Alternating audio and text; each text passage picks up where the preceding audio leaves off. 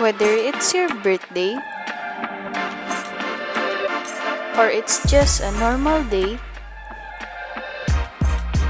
you can never go wrong with baking a cake. But how can you do it without an oven? It's pretty simple.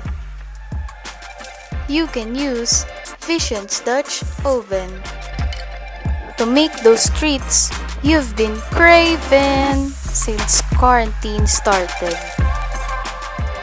Cooking literally becomes crystal clear with Visions. Made from cutting-edge material, Visions is thermal shock resistant and can be used on stovetops, in ovens, microwaves, as well as in fridges and dishwashers, making this the most versatile cookware in the heart of your home. Maybe you already have this amazing cookware at home. Watch this video and make a carrot cake with me!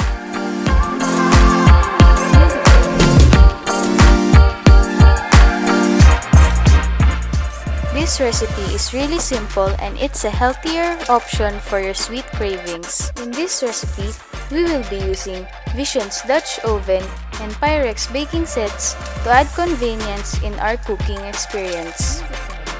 Let's start by preparing the ingredients.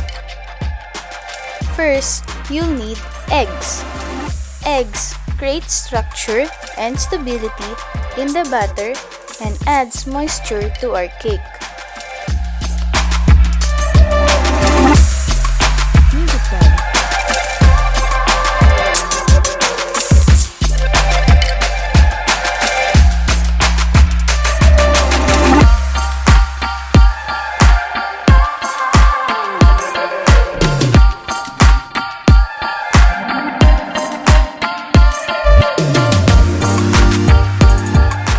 Next, we'll need sugar.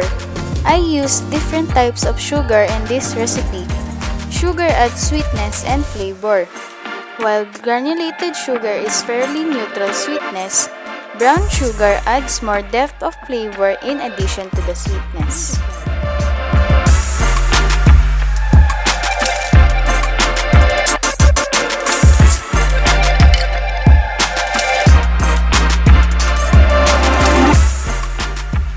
Next ingredient is oil.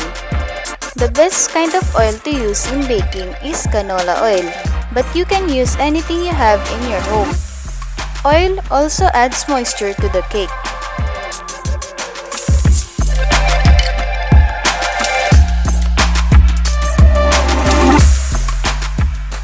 Next is the main ingredient, carrots. I prefer buying fresh carrots and grating them yourselves rather than buying shredded packs of carrots in the market. Next ingredient is all-purpose flour.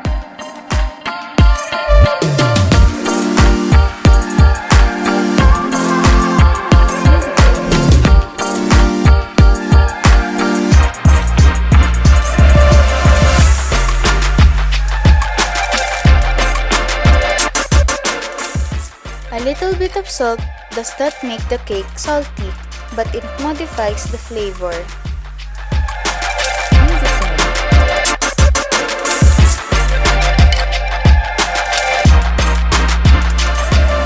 Baking soda.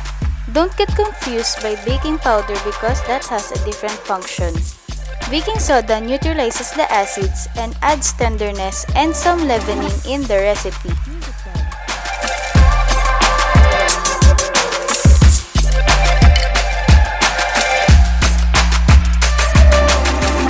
Cinnamon powder.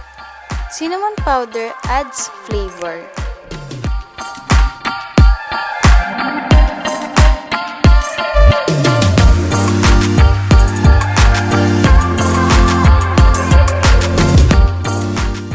Here is a full list of the ingredients for this recipe. Let's make a steamed carrot cake. Prepare your Pyrex baking dish. Here's a tip in using wax or parchment paper. Fold it like the way I did.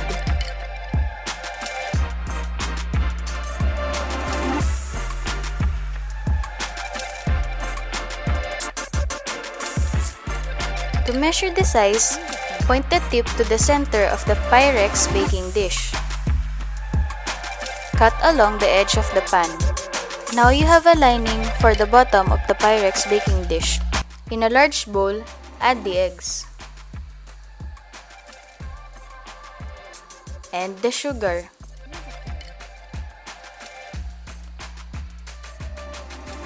Using a hand mixer, beat until light. Add in the oil. Beat until mixed. Add the shredded carrots.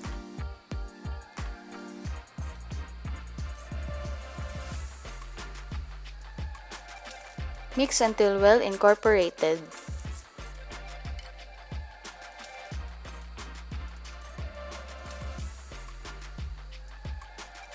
Set aside. In a smaller bowl, sift in the dry ingredients. Flour,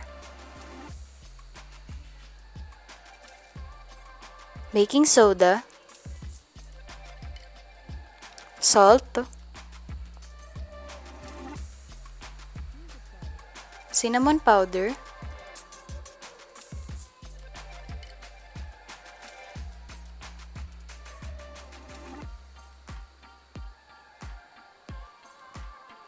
mix them all together.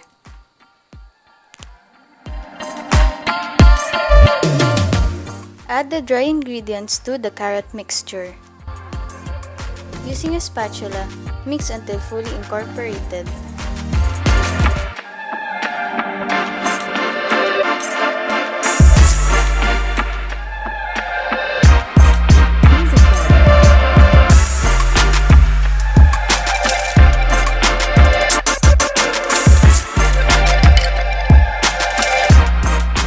Pour the batter into the Pyrex baking dish.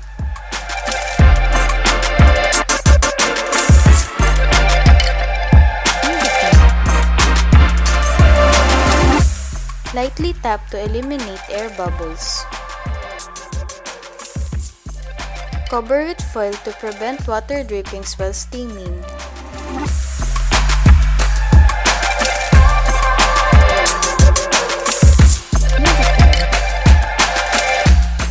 Put the Pyrex baking dish inside the Vision's Dutch oven. Steam for 1 hour until cake is well done. Let's make the icing. Cream, butter, and sugar.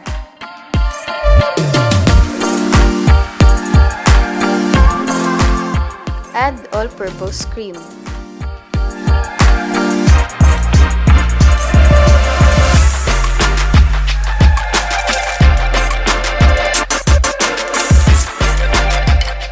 Whisk until thick consistency.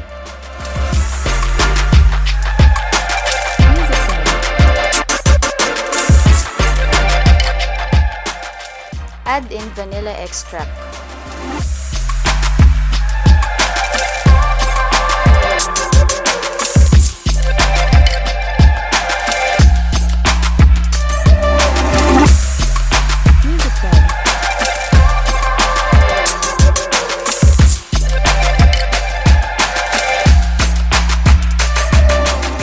Chill icing while waiting.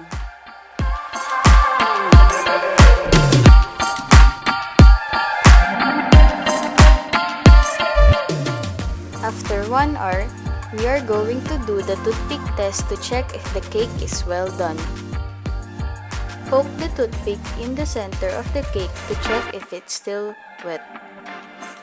If the toothpick came out clean, then the cake is well done. Allow the cake to cool down. I am running a knife along the edge of the cake to make it easier for me to remove the cake from the dish.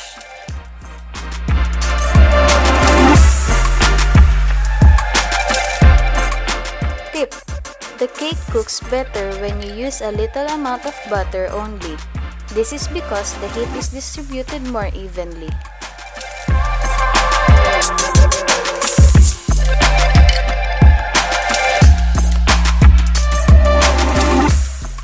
The next cake came out better because of the amount of mixture poured into the dish.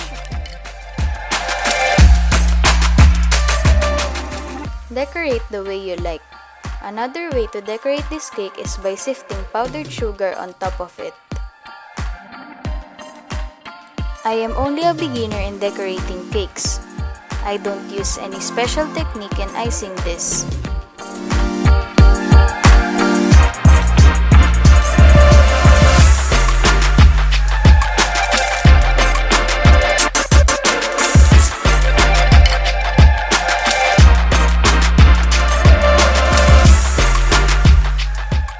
Here is the final product, a carrot cake cooked in the one and only Pyrex baking dish. No real oven needed if you have the Vision's Dutch oven. So avail now!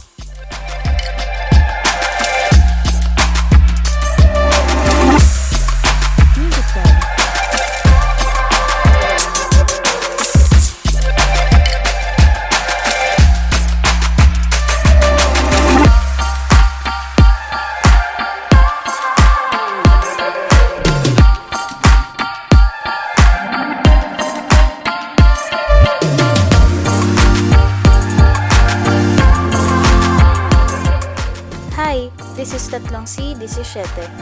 Like, share, and subscribe to our channel. You could also find us on these accounts.